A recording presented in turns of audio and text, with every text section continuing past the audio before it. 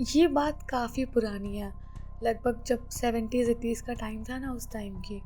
और विशाल जो उसका दादाजी का घर था, उससे दूर जाकर एक दूसरे शहर में रहा करता था। और कभी-कभी उसके पेरेंट्स उसके साथ में दादाजी के यहाँ जाया करते थे। और विशाल को भी वहाँ जाना बहुत पसंद था, क्योंकि जो गाँव था वो बहुत बहुत अच्छा था और वहाँ पे उसके कई सारे दोस्त भी थे। वहाँ पे उसका जो शुरू का बचपन था ना, वो बीता था और बड़ी सारी चीज़ें थी जो उसको शहर में मिसिंग लगती थी। और स्पेशली दादाजी जो कि उसे इतना मानते थे, तो वो कहीं ना कहीं उस प्यार को मिस करता था। तो जैसे उसके पेरेंट्स जाते, वो हमेशा साथ में जाया करता था। अब ऐसे ही एक बार की बात है, जब विशाल अपने पेरेंट्स और अपनी बहन के साथ में गाँव जाने के लिए रेडी हुआ।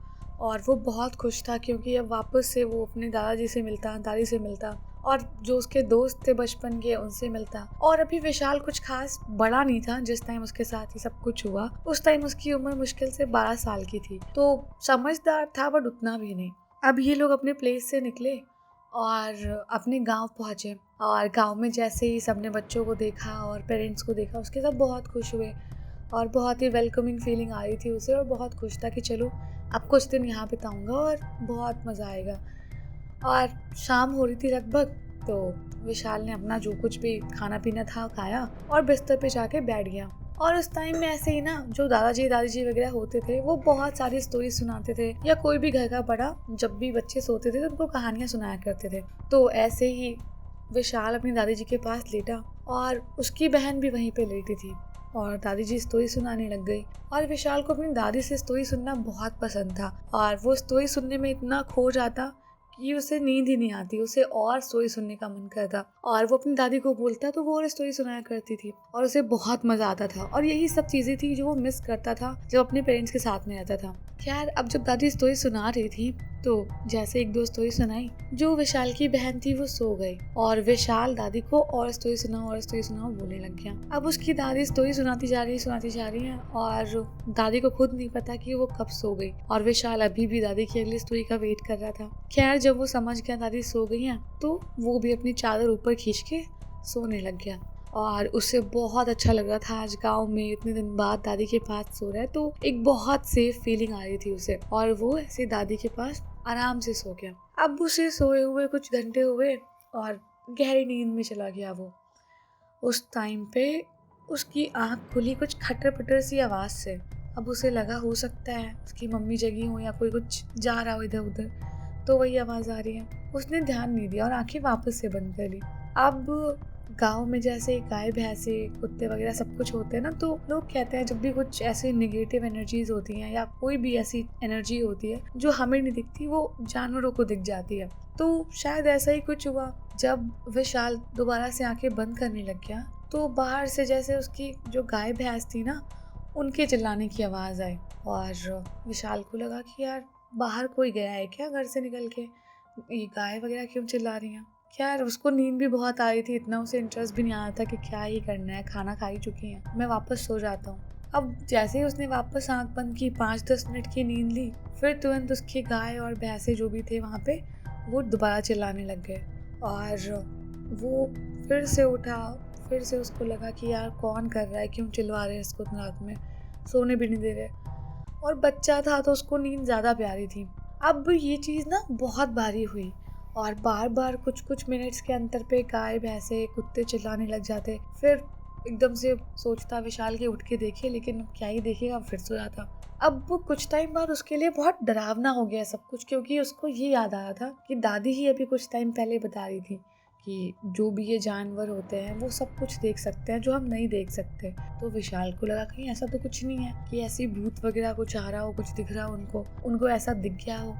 और बाहर कोई गेट पे होगा शायद, क्योंकि बार बार जो गांव में ऐसे बांस के नहीं बनाते थे गेट, जिनमें ऐसे कई सारी बांस की लकड़ियां लगा के ऐसे हुक टाइप का बनाते थे। बहुत पहले ऐसा लोग गेट बनाया करते थे जिससे कि जानवर वगैरह घर के अंदर, या उन्होंने जो भी खेती वगैरह कर रखी हो छोटी मोटी, घर के जो गार्डन टाइप का होता है उसमें, तो वहाँ जानवर ना घुस पाए। तो बार बार वही गेट खुलने की आवाज आई, जैसे कोई उस गेट के हुक को खोल रहा है खटर खटर करके। और बार बार वो गेट बज रहा था, ऐसा लग रहा था कि बार बार लग रहा है कोई खोल रहा है फिर बंद कर रहा है, अजीब सी आवाज थी। तो विशाल को लगा कहीं कोई चोर चक्का तो नहीं घर के अंदर घुस रहा है, कि पता नहीं क्या ही है, उठ के देखना ही पड़ेगा। अब शायद सब लोग सो रहे हैं, कहीं कोई ऐसा चोर वोर ना आ जाए घर के अंदर। अब वो सोच ही रहा था ये कि वो उठेगा, लेकिन उतने में ही ना सारी आवाजें बंद हो गई। मतलब वो गेट पे भी खटर पटर नहीं हो रही है, और गाय भैंसे कुत्ते जो भी थे सब चुप हो गए एकदम। कोई शोर नहीं, कोई दिक्कत नहीं, सब बढ़िया हो गया एकदम। तो विशाल को लगा चलो ठीक है भाई, हो सकता है कोई होगा, चला गया होगा, और जो भी होगा ठीक है, सो जाता हूँ फिर से।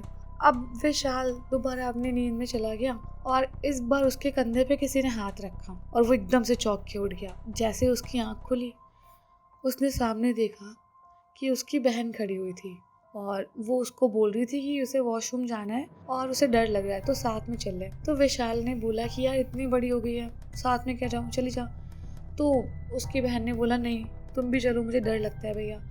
तो विशाल ने कहा चल ठीक है कोई नहीं, मैं चलता हूँ। अब विशाल अपनी बहन को लेके वॉशरूम के साइड आगे बढ़ने लग गया। और पहले के टाइम में वॉशरूम भी घर से बाहर बने हुआ करते थे, मतलब ऐसा नहीं था कि फ्लैट में ही मतलब अटैच्ड वॉशरूम या कुछ भी ऐसा, वो दूर घर से बने होते थे।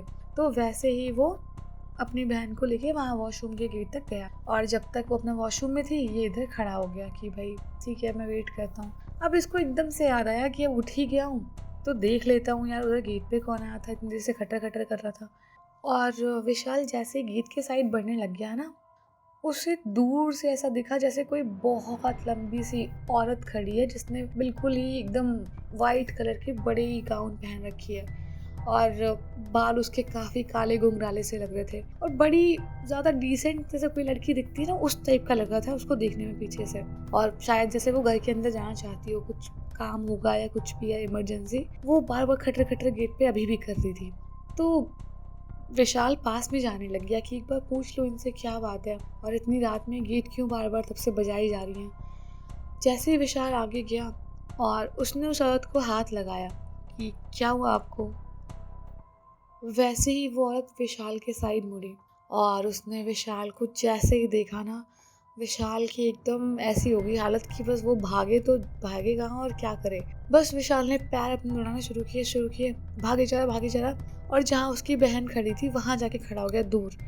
और समझ गया था वो कि वो कोई नॉर्मल औरत नहीं है, क्योंकि जो उसका चेहरा था ना, उसकी आंखें एकदम जैसे बाहर आ चुकी हूँ, एकदम जैसे कि पूरी लाल आंखें नहीं, तो एकदम बाहर लटकी आंखें, और पूरा चेहरा एकदम कटा छिला सा अजीब, और अभी भी उसमें से खून रिस रहा। बड़ा गंदा हाल था उसके, पूरे आगे जो कपड़े पहन रखे थे उसमें पूरा खून, बहुत ही बुरा देखने में और बहुत ही डरावना। और ये कोई भी इंसान नहीं हो सकता, क्योंकि कोई भी इंसान इतनी बुरी हालत में एकदम अच्छे से गेट ही नहीं खोलता रहेगा। तब से 1-2 घंटे हो गए। तो विशाल समझ गया था जो भी था ये।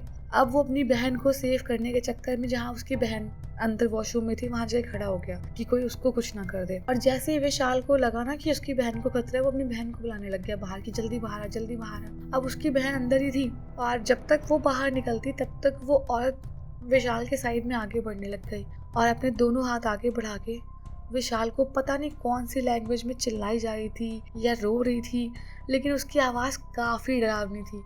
और वो बस विशाल की तरफ बढ़े जा रही, और विशाल वहीं जम गया इस बार, क्योंकि वो अपनी बहन को छोड़ के जाना नहीं चाहता था, चाहे उसके साथ जो हो जाए। अब विशाल वहीं पे खड़ा रहा और अपनी बहन को चिल्लाता रहा, और वो डर उसकी आवाज़ में उसकी बहन को साफ महसूस हो रहा था। और उसकी बहन वॉशरूम के अंदर से डर रही थी कि क्या हो गया, और वो अपनी बहन को बचाने के चक्कर में वहाँ से हिला नहीं, लेकिन जो भी वो चीज़ थी वो विशाल के एकदम पास आ गई, और विशाल उसे इतने पास देखकर बर्दाश्त नहीं कर पाया और वहीं के वहीं बेहोश हो गया। अब जैसे ही विशाल बेहोश हुआ और जब इस बार उसकी आंख खुली, तो घर के सारे लोग वहीं पर बैठे हुए थे, और विशाल बिस्तर पे लेटा था। उसकी मम्मी उसके सर पे पट्टियां बदल रही थी, क्योंकि विशाल को बहुत तेज बुखार था। तो विशाल ने पूछा सबसे कि क्या हो गया और मैं यहाँ कैसे आया। तो उसकी बहन बोलने लग गई कि तुम मुझे इतनी तेज तेज से आवाज़ें दे रहे थे वॉशरूम से, और जब मैं बाहर आई तो मैंने देखा तुम बेहोश पड़े हुए थे, और मैं बहुत डर गई तो मैंने चिल्लाने लग गई, और घर के सभी लोग निकल के बाहर आ गए, और तुम यहाँ पता नहीं तुम्हें क्या हुआ था। तो विशाल अब सारी बातें अपनी फैमिली वालों को और अपनी बहन को बताने लग गया कि उसने कल रात क्या क्या देखा। और जैसे ही विशाल की सारी बातें लोगों ने सुनी ना, उसकी दादी बहुत शॉक्ड हो गई, और बिल्कुल डर के मारे उनकी आंखों से आंसू आने लग गए, और वो विशाल को बोलने लग गई कि अगली बार तुम कोई भी आहट सुनोगे, कुछ भी होगा तो हमें उठाओगे, और तुम खुद से नहीं जाओगे अकेले ये सब। तो विशाल ने कहा कि हाँ मैं नहीं जाऊँगा, लेकिन आप मुझे एक बात बताओ, वो क्या चीज़ थी और वो हमारे घर के अंदर क्यों आ रही थी। तो दादी बोलने लग गई कि वो जो औरत थी वो कुछ टाइम पहले यहाँ पे बहुत प्यारी सी, बहुत खूबसूरत सी लड़की थी। वो ऐसी लड़की थी ना कि देखते ही उससे प्यार हो जाए। मतलब वो नहीं, बहुत जो सुंदर होता है, जिसको भगवान एक्सट्रीमली सुंदर बनाते हैं, नैन नक्श देके एकदम प्यारे से, वैसी थी वो। और वो इतनी सुंदर थी कि उसके घर वाले भी उसको लेके बहुत प्रोटेक्टिव थे। लेकिन जब भी कभी वो बाहर निकलती तो लोग उसको देखने के लिए वहाँ पे खड़े हो जाते कि वो इतनी सुंदर है। और बहुत सारे लड़के उसके पीछे पड़े रहते कि गलती से भी अगर वो मेरी तरफ एक बार देख ले तो। मतलब उसका जो चार्म था ना, खूबसूरती का, वो इतना ज़्यादा था। और वो बहुत फेमस थी अपने इलाके में इसी वजह से। बहुत खूबसूरत से बाल, बहुत खूबसूरत आंखें, उसके कपड़े पहनने का स्टाइल, चलने का स्टाइल, सब बहुत यूनिक था। और इसी वजह से बहुत सारे लड़के उस पर एकदम जान छिड़कते थे। और एक बार ऐसे ही उन्हीं लड़कों में से एक लड़के ने उस लड़की को प्रपोज कर दिया कि वो उसे बहुत पसंद करता है और अगर वो चाहे तो वो उसके लिए सब कुछ करेगा, बट उसकी लाइफ में आ जाए, उसे शादी कर ले। लेकिन वो लड़की अपनी फैमिली वालों के प्रेशर में रहती थी और मतलब घर वालों के बिना मर्जी के कुछ नहीं करना चाहती थी। तो उसने मना कर दिया कि तुम मेरी फैमिली से बात कर लो, लेकिन मैं इन सब चीज़ों में नहीं पढ़ना चाहती और मैं तुम्हें पसंद नहीं करती। और जैसे ही उसने बोल दिया ना कि मैं तुम्हें पसंद नहीं करती और मैं तुम्हें नहीं चाहती अपनी लाइफ में बिना अपनी फैमिली वालों की मर्जी के, उस लड़के को बड़ा गुस्सा सा आ गया और उसे बड़ी इंसल्ट फील हुई कि ठीक है, सुंदर है, अच्छी बात है, लेकिन मेरे अंदर क्या कमी है जो मुझे रिजेक्ट कर दिया। तो उसकी ईगो की प्रॉब्लम इतनी ज़्यादा हो गई ना कि वो दिन रात एकदम, जो होता नहीं है नशे पत्ते में डूब जाने वाला इंसान और बहुत ज़्यादा खुद को हर्ट करने वाला इंसान बन जाता है कोई, मतलब एंगर और ईगो के चक्कर में, वैसा ही वो बन गया। और कुछ टाइम बाद उसको इतना गुस्सा आया कि एक दिन नशे में आया वो, और वो लड़की अपने घर के जो बांस का गेट होता है ना, वैसे बांस का या लकड़ियों का बना के जो बनाते हैं, वो खोल के अंदर घुसी रही थी। तभी उसने आके पीछे से उसको ऐसे पकड़ के गला घोट के मार दिया और वो लड़की बेचारी वहीं मर गई। और उसके बाद में उस लड़के के हाथ में एक चाकू था, उससे उसने उसके फेस पे मारा क्योंकि वो बहुत सुंदर थी, उसके गले पे लगाया और उसको बहुत ऐसे चाकू से मार दिया जिससे कि उसका गुस्सा ठंडा हो सके, जो कि बहुत ही घटिया चीज़ है और बहुत ही, मतलब कोई भी इंसान तो ऐसा नहीं करने की सोचेगा, कोई जानवर भी नहीं सोचेगा, इंसान तो दूर की बात है। तो वो उसने बहुत गुस्सा ठंडा करने के लिए उसके साथ ऐसा किया और वहाँ से फटाफट भाग गया। अब वो लड़की इनोसेंट थी, उसकी कोई गलती भी नहीं थी, और उस लड़की ने जानबूझ के कुछ भी नहीं किया था। और उसकी जो ऐसे बिना टाइम के डेथ हुई वो भी बहुत अनफॉर्चुनेट थी। इसकी वजह से उस लड़की की आत्मा आज भी इस गांव में हर घर में जाती है रात में, और वही उस आदमी का, जो उस टाइम पे लड़का था, उसका वेट करती है कि जैसे ही वो बाहर आएगा वो उसे भी वैसे ही मार देगी जैसे उसने उसे मारा था। तो अगर आपको स्टोरी अच्छी लगी हो तो वीडियो को लाइक कर देना और कमेंट करके बताना स्टोरी कैसी थी, और सब्सक्राइब कर देना।